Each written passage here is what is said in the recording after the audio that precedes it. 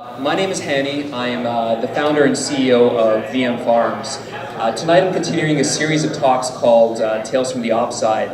Tonight's tale is called Denial of Sleep, and it's a play on words for denial of service or DOS attacks. Who here knows what DOS attacks are? Heard of it? Somewhat? The type of DOS attacks that I'm going to be telling in today's tale are volumetric types. So there's many different types of attacks that can happen. The ones in this tale are volumetric, meaning that attackers send large amounts of traffic trying to knock you off the internet. All right, denial of service or sleep. Like all the tales that I've told, this one is 100% true, although I've changed some of the names to protect the innocent. It's funny, when I was preparing for this presentation, I did not realize what kind of emotional impact it would have on me. It's funny how the human brain works. It tends to suppress traumatic events that happen. Entire memories are gone. And as I was doing the research for this particular talk, I realized that I had forgotten about entire events that happened and was reliving them as I was going through this talk. So in a way, preparing for this talk is kind of like therapy for me. This is the therapy session. Let's get right into it. Everything began on October 17th, 2015. We got alerts. It was Saturday night, enjoying ourselves, and your phone starts ringing off the hook. We got multiple pages for downed alerts, down hosts, and it's usually symptomatic of some networking event that happened. So we got on the phone with our upstream provider, the ones that give us our network, and asked them what was going on, and they confirmed we were under a DDoS attack. This particular attack was pretty big. It was 10 gigabits in size, which is a fairly sizable attack. They were targeting one of our clients, which I'm calling Alpha Client over here. The duration was about 7 minutes, so it's not too long, but it was long enough that people noticed. And the signature of the attack was particularly interesting. It was a distributed attack. That's what the first D in DDoS is. It means that they're coming from all over the globe. It was UDP based, so UDP is a network protocol, which I'll explain shortly. And there were random source and destination ports, okay? And the attacks mostly originated from this part of the world over here, with Russia and Romania taking up the lion's share of things, and Ukraine followed secondary after that. Just to kind of explain how all these stacks work, basically we're down over there. We have our upstream provider, they have many other customers, and they have their own upstream, and it kind of goes all the way up, just like a tree.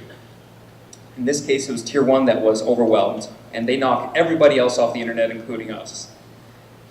Just a quick primer on networking connections. I'm not going to get too technical, but there are 5 things that you need in order to make a network connection. There's the source IP, the source port, destination IP, destination port, and the protocol. And the 2 most widely used protocols on the internet are TCP and UDP. And to understand why this type of attack was particularly harmful, you got to understand the difference between UDP and TCP. TCP is a stateful protocol. What that means is that 2 hosts need to exchange a handshake in order to exchange some data back and forth.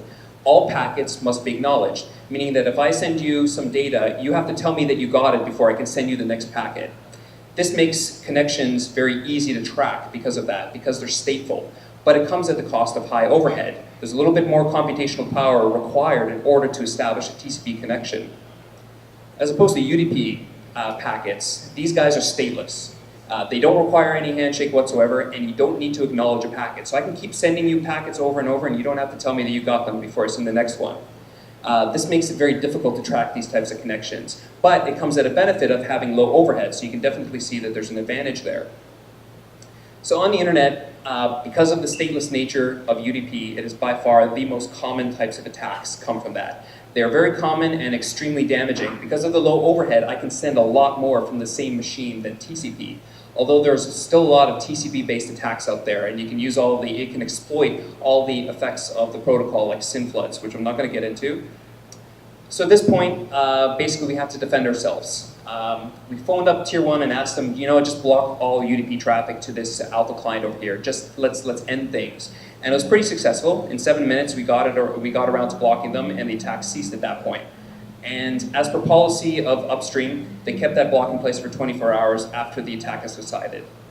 So inevitably, anytime anything goes wrong in the entire world, you always ask the question, what can you do to prevent this from happening again? Very common. Cloudflare was a good option in this case. So Cloudflare is a CDN and a security company. They're basically a DNS-based proxy service. So they act as a go-between between yourself and your end users. And because it was a pretty low bar and it was fairly inexpensive, we worked with Alpha Client to basically implement Cloudflare and hopefully end the story there. Cloudflare, so this is an example of how it works. Basically, all users on the internet will see Cloudflare IPs, and Cloudflare should be the only one that knows about your origin IP. So the origin IP is hidden in this case when you make this change. There's an extra benefit to Cloudflare as well. Because they have many clients and they have many users, this means they see many different attacks, which means they can identify trends that happen on the internet. When they see an attack from a particular segment, they can identify the signature and apply a fix for everybody else, so you get the benefit from the entire community, which is a really nice positive there. A little over a month later, we get attacked again on December 8th. This time it was right in the middle of the day. We were in a meeting and our phones go off the hook and everybody gets to their battleships. Basically, called Tier 1 immediately. We were under attack once again. This one was a little bit bigger. This one was at 12 gigabits. It's targeting a different client this time. It was beta client under attack, and the duration was a lot longer. This one was 25 minutes, so it was a lot more impactful. Signature was similar. It was distributed and UDP based again, but this time instead of random ports on either side, they used port 0, which is actually intriguing, and I'll explain it in a second. You can see as well that the attack expanded. They reached a whole lot of different countries. Russia still had the lion's share. 45% came from Russia. Ukraine was up there, but Brazil was number 3. So again, same type of tactic. You got to put our shields up. I mentioned that port 0 is interesting. Port 0 is actually an invalid port. It's a reserved port, and most network-based software, when you write them, you have a choice of either specifying your own port that you want to bind to, or you can set port 0 and the operating system will assign one for you. Basically, I don't care what port, just give me something. That allocation adds a little bit more computational power because it has to do something extra when you're binding to a port. So it's a little bit more expensive, which is typically not a concern, except when you multiply this by thousands or millions of hosts, that overhead starts mattering. So the same number of hosts, you just change your port to 0, all of a sudden your attack is magnified that much more. But this has the side effect of being easy to block. Port 0 is invalid. There should be no packets on the internet that ever have port 0. So just block it.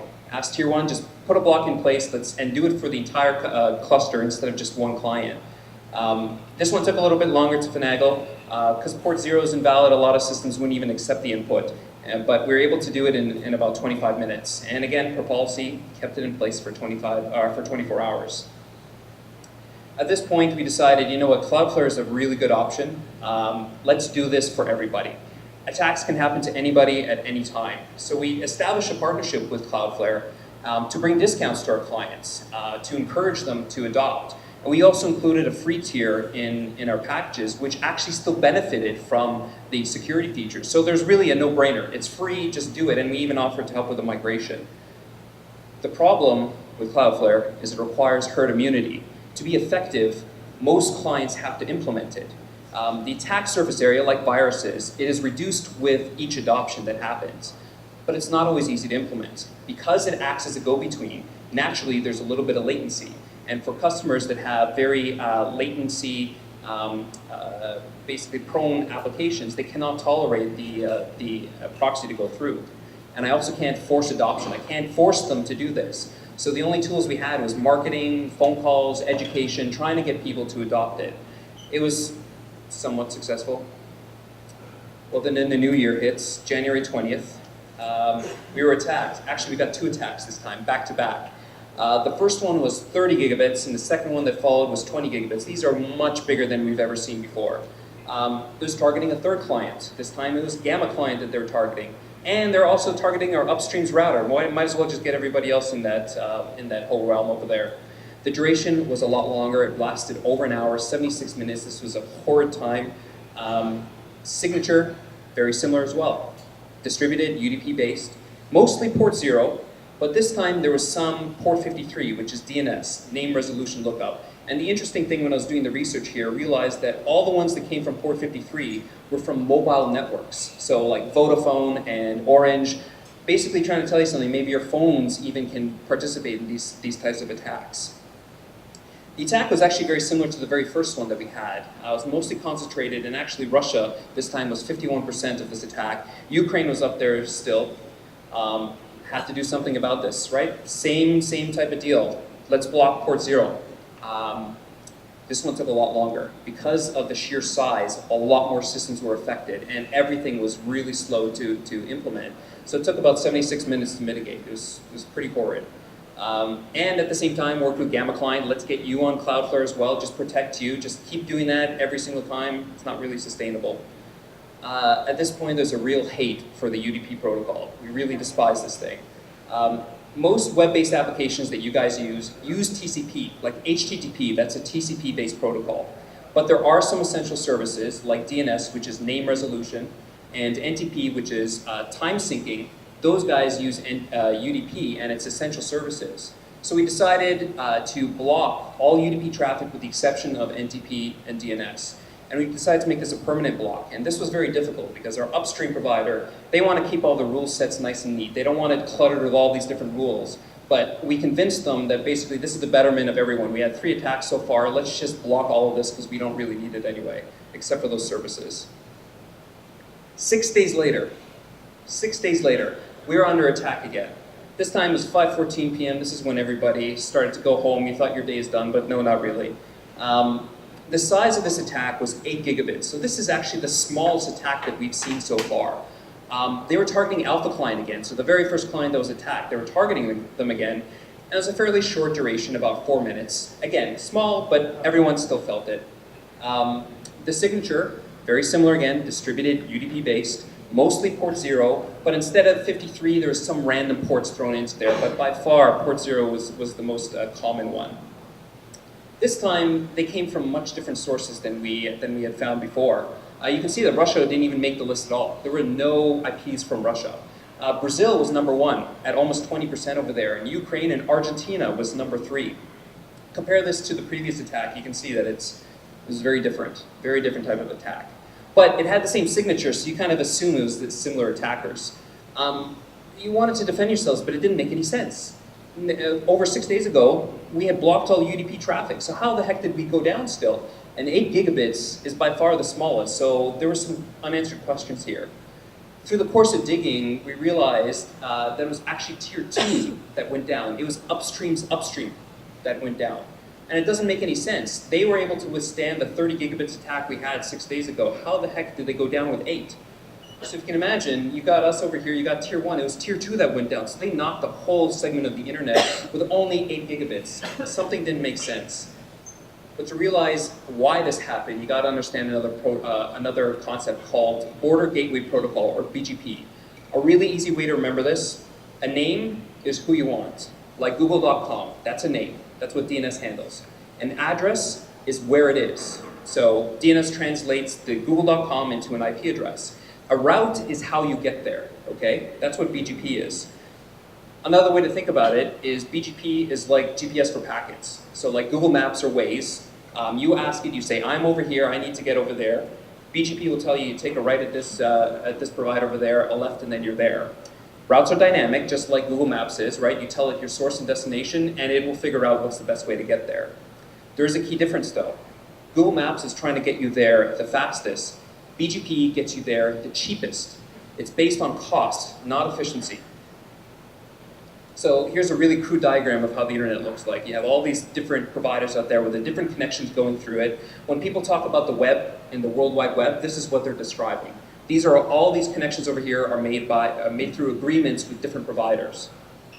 So you can see if you got this green guy over here trying to get to us at the top, there's one hop that he can go through, which is the most efficient, but that may not be the cheapest. And in fact, he may actually go around a very roundabout way to get it, and that would be the cheapest. This is how BGP works. And to understand why we went down, you've got to look at the sources again. If you focus in on South America, you notice that there's actually a large percentage of the attack traffic came from South America. Brazil, Argentina, Chile, Ecuador, Colombia, these were all in the top 10. And to understand why we went down, due to costs or agreements, traffic from South American countries actually traversed a different link. This is called a preferred route. This link was only 10 gigabits in size, and the attack was 8. So you combine this with regular traffic, no wonder we went down. Cost as far as money? Money. Okay. Money. Cool. In terms of money, it was cheaper to route South America through this one route over here that only had 10 gigabits because actually, for whatever reason, they didn't have a lot of South American traffic, so it traversed that way, which means we're still vulnerable. Even with all this blocking that we had in place, they still found a way in and they still took us down. And there's even more questions. If you remember, back in October, the very first attack, we implemented Cloudflare for this customer. The attacker, they targeted the origin IP, the proxy IP. Basically, they were bypassing Cloudflare entirely. And it's supposed to be secret, so how the heck did they get behind us? Clearly, the origin IP leaked somehow. And as we're digging in and trying to figure out how, we realized that there's a lot of ways that you can discover what the IP is. They could be leaked DNS records, so a lot of companies implement subdomains, like maps.google.com, that's a subdomain. It may still point to the origin without even realizing it. There's also services out there that you can pay for, and even some for free, that keep historical records of DNS entries. And because of the signature, you gotta realize the signature was the same, so maybe it was the same attacker, and he may have just written down what the IP was and kept attacking that. In fact, this is a real thing, and there's a service called Cloudpiercer out there that specifically addresses this concern over here. You can punch in your domain name, and it can tell you all the places that it found your leaked IP. And when we punch this in for this alpha client, my God, they were leaking like a sieve everywhere. So we had to rotate out the IP, and we had to do it in secret. So basically, we gave them a new IP, and we told Cloudflare and nobody else, so it was done in secret. But the problem is this IP is now tainted. The attackers don't really know that was rotated out. In the future, they may decide to attack these guys again, and it may take down another customer, whoever picks up that IP. So we couldn't use it again. We had to throw it away. And essentially, this is what's called a null route. So if you go back to the analogy of Google Maps, a null route is basically saying, I can't route you there. You tell it, I want to get to that place. Google Maps will come back and tell you, destination is unreachable. What this effectively does is anybody who's participating in an attack, the traffic can never leave the attacking systems because it doesn't know how to get there.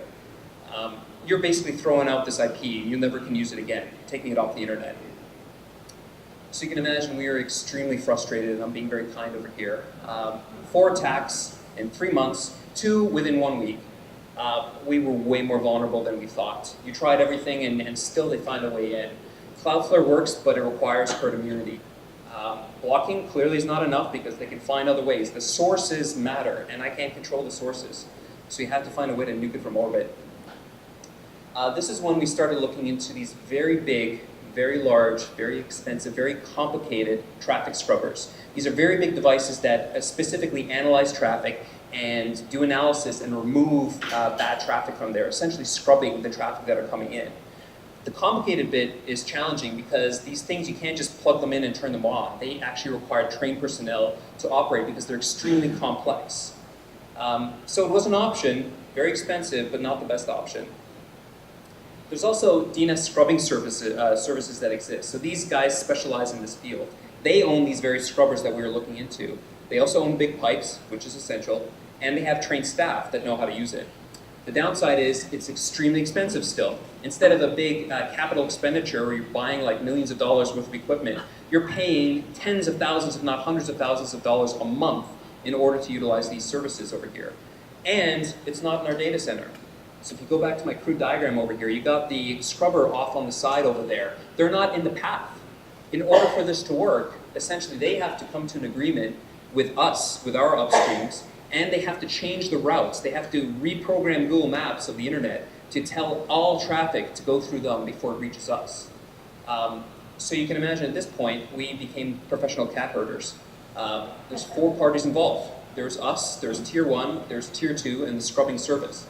It was very difficult. And everyone had to come to an agreement in order for this to work. So there's a lot of cat herding going on, and it was going to take months to implement. But honestly, it was the best hope. We had no other choice. It was really the only way to be sure. Kind enough, the attackers decided to take February and March off, which was really kind of them. Bought us time to continue, hurting all these individuals until March 18th, 2016 rolled around. Alpha client receives a ransom note in their email that they forward to us. We are the Armada Collective. We've done some really big DDoS attacks. Starting Monday, April 25th, which was 7 days away, we're going to start attacking you unless you pay us exactly 11.41 Bitcoins, which at the time translated to about $6,000 Canadian. Here's the Bitcoin address. You know, if you don't pay, we're going to start attacking and the price will go up. Our attacks are extremely, you can imagine, we went down at 8 gigabits. These guys can send 1,000 our way, supposedly. What do you do at this stage, right? What do you do here? They gave us 7 days. Do you take them seriously? I don't know. Do you pay them? Probably not, but still, what do you do at this point? The scrubbing service that we're working on was almost online, but it's still not ready at this point. So there's a mad frenzy. You're calling everybody that you possibly know, getting them on the phone. We got to do something. The clock was ticking. T-minus 3 days, that Friday, April 22nd, they attacked us. Those bastards, they gave us 7 days and they still attacked us. The size was 15 gigabits, so it was fairly large. This time they targeted Delta clients, so it wasn't the client that received the ransom note, maybe that's why. The duration was still long, it was 25 minutes, it was terrible. The signature, again, same distributed UDP based. They started at port 0, but then they changed to 123, which is the network sync, NTP. You can see the sources. This time China was the #1 contributor to this attack, and Russia wasn't even in the picture anymore. At the same time that this attack started, that very client that was being attacked, they received their own ransom note. This one was a lot different. It had a very different tone to it. They're a team of highly skilled individuals trying to make the internet a safer place. We stole your database. We haven't released it yet. Pay us $300 US in Bitcoin, so it was a lot cheaper than the other guys. Here's our Bitcoin address, which was different than the other guys. Contacting your hosting provider will not stop this. Let's not waste time, you have money to make. Clearly, they were very business-oriented, a lot different. Since the attack was ongoing, we had to defend ourselves, like we usually do, shield up. Basically, I mentioned that they started at port 0, but then within 2 minutes of the attack, they changed to NTP. If you remember what I said, we blocked all UDP traffic, but we kept DNS and NTP open. By this time, we actually had blocked off all DNS, and we had another solution for that. But NTP was still vulnerable. It was the only one there, and they found it. They found it, and they came in and they attacked us. You can't disable NTP. It's an essential service. So we decided to null route that IP, another IP that you have to throw away from the entire internet, and no one can use it again. And then work with this client to implement Cloudflare, rotate the IP. We got really good at this. T-minus 1 day, that's Sunday night. You can imagine this whole weekend, nobody's getting any sleep.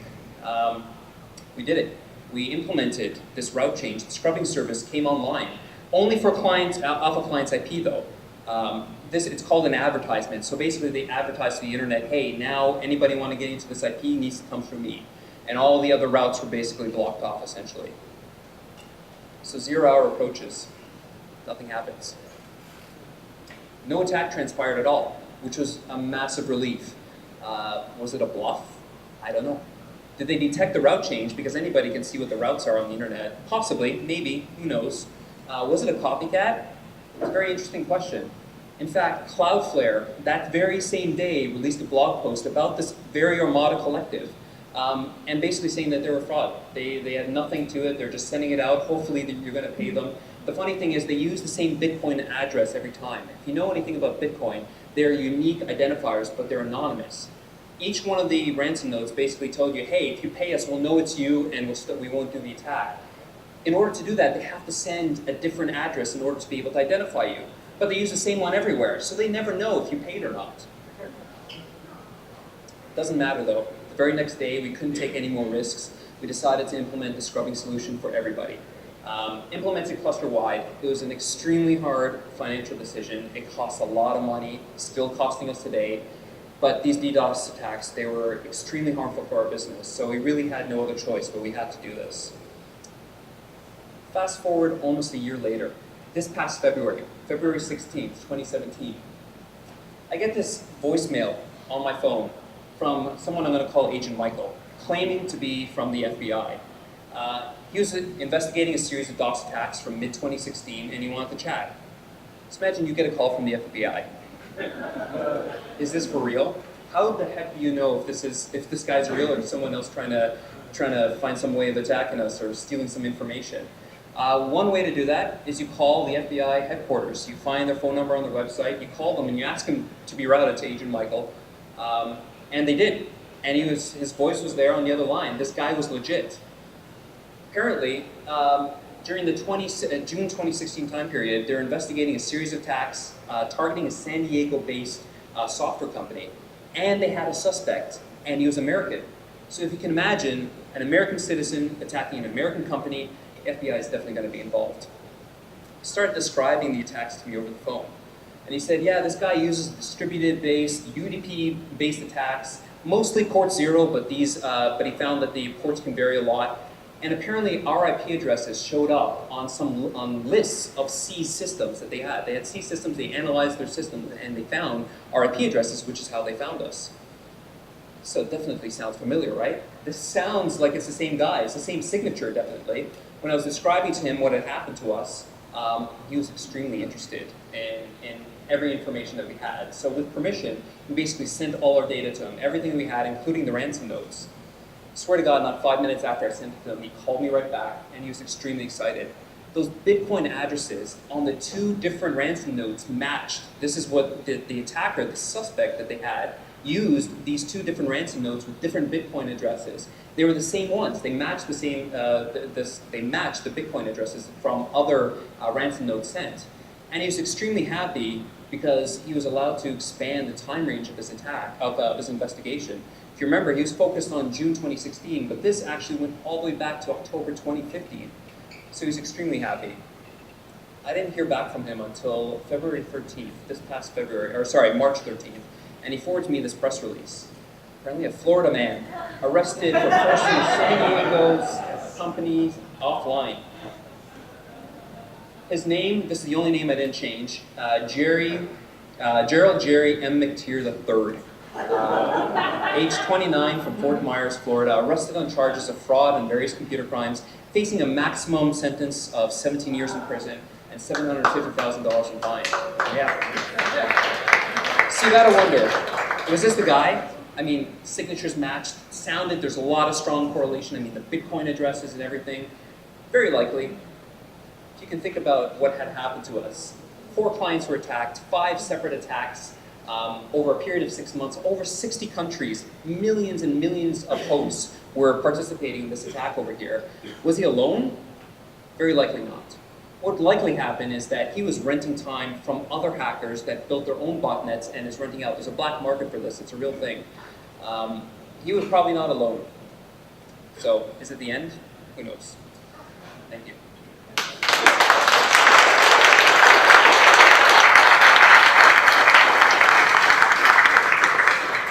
Anybody have any questions? Yes? You mentioned the total trace that we see address, but because you're selling unique amounts, I mean, you would know that if you pay 300 USD, it's coming from you because the other guy is paying like 600 USD. It's very possible. It's very possible. That's one way. I don't think that they're that crafty. It turned out not to be a real. Armada Collective did not turn out to be real anyway. Although if you do look up Armada Collective, there was a real Armada Collective out there that attacked this Swiss-based company and one of the largest DDoS attacks in history. These guys are probably just piggybacking, just copycats. Yes?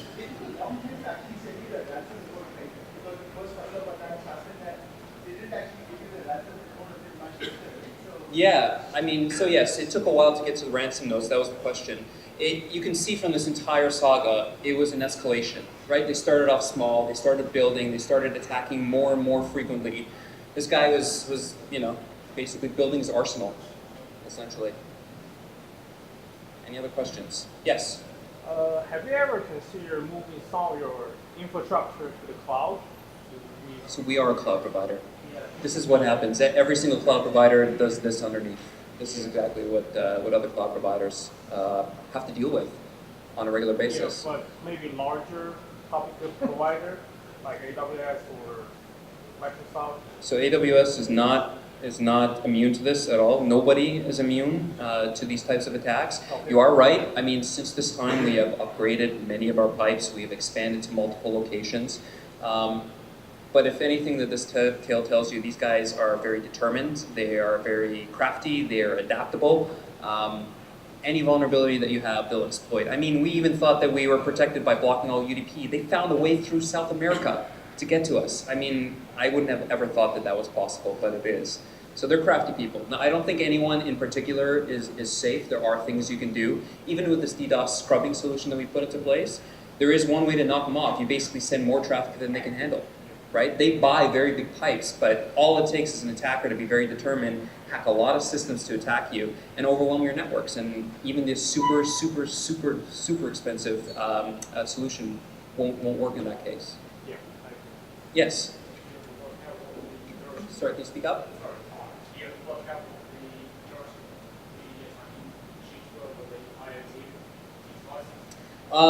So most of the IPs were actually residential IPs. So very likely it's home systems basically getting exploited with a virus participating in a botnet.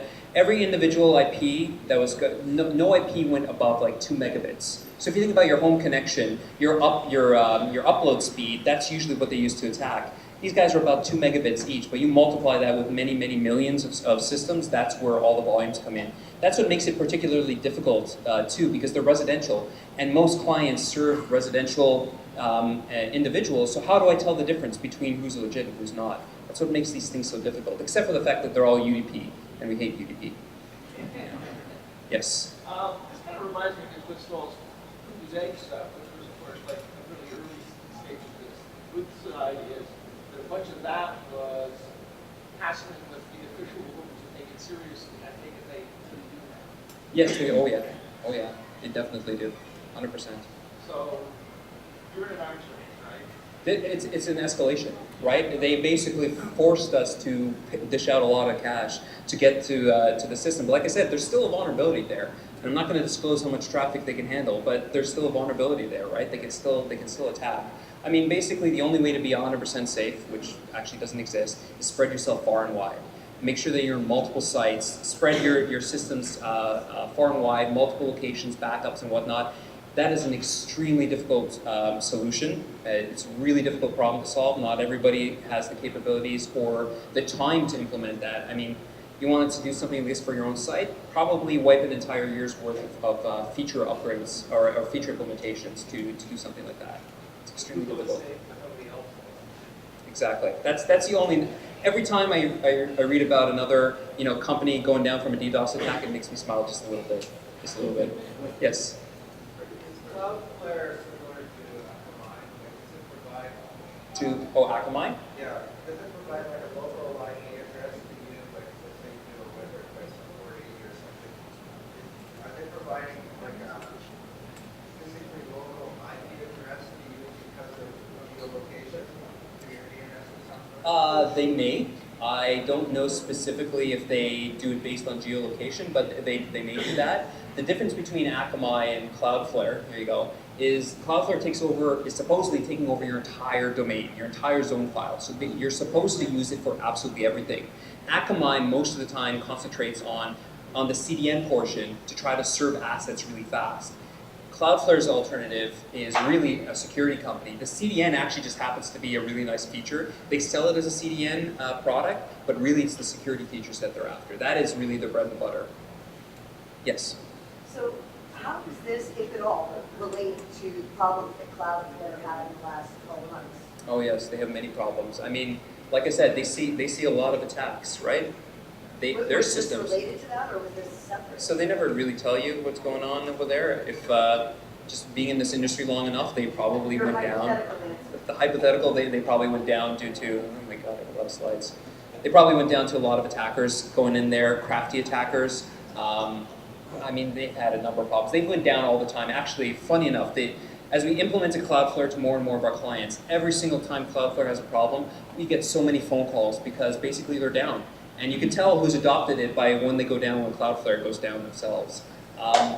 It's not the perfect solution, but it is a very low-cost, effective solution for individuals.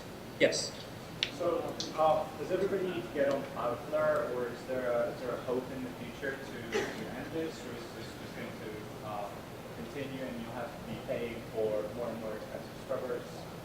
It's a very good question. Use Cloudflare if you can. If latency, and the latency I'm talking about is really, really small, but if you're not very latency sensitive, use Cloudflare for sure. And if you do it, make sure you rotate out your IPs, right? Because I'm telling you, you could use this Cloudpiercer report, very interesting. And they will tell you, they will show you all the ways that your old IP is on the internet. So make sure you rotate your IPs. That's the cheapest solution. I mean, they have free tiers. Just use it. Definitely do that. It's a no-brainer whatsoever. In terms of providers, what they have to do, I mean, you can have an entire other talk about all the ideas that they have. We got to band together as providers to defend ourselves. Cloudflare's advantage is they can see many different attacks, and they're able to adapt to their entire network. We need to start sharing information about these types of attacks with other providers. If somebody sees an attack out there, we should be able to know and proactively protect ourselves ahead of time. It's an arms race, right? What's the end of an arms race? I'm not concerned. Yes? It's nice to see the FBI job. Are you familiar with any other thing in Canada, whether it's government or commercially? Is anybody doing anything to try to mitigate this stuff? Nobody's contacted us about that. Waiting until the big one.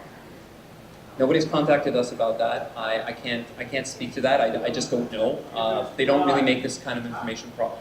If it's fraud, they'll get involved, right? The FBI got involved because there was money involved. Well, the FBI got involved because the guy was American, right? And actually, this is what this Agent Michael was telling me over the phone. Had he been any other citizen of the world, the investigation would have stopped, right? They wouldn't have been able to do anything. Unless, of course, it is from a country that you have extradition treaties with. You can get them imported into America.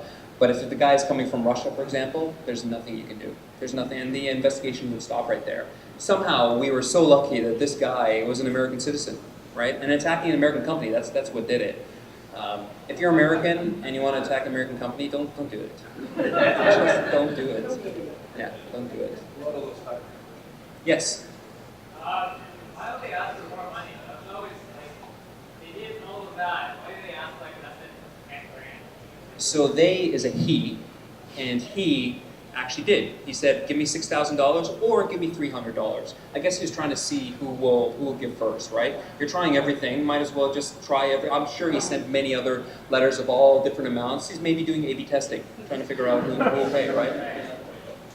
There is probably a price. If you get some of those letters and he tells you, give me $5, and you can ensure somehow that he's going to get the $5, I'm sure a lot of people will consider it, right? $6,000? I don't know at this point. That's a lot of money. People do a cost-benefit analysis. There you go. They're businesses. Save their business. Well, he said, pay us. You got business. You got money to make. Tragic number for crypto walking software, $300. There you go. Yes. This might be like super cynical, but how do you know that data super spreaders are in on this? How are they not in on this? That's a good question. The way you can be sure that it doesn't matter is you encrypt everything, right? You encrypt all your traffic. It's difficult. It's not impossible, but it's more difficult to get in. You guys have heard of Let's Encrypt? Free SSL certificates. Everyone encrypt all your sites all the time. Just don't even think about it. If anybody brings up SEO as a reason not to encrypt, come talk to me, please. Okay? There's no reason not to encrypt your data. Definitely not. Anything else? No, we're done? Thank you.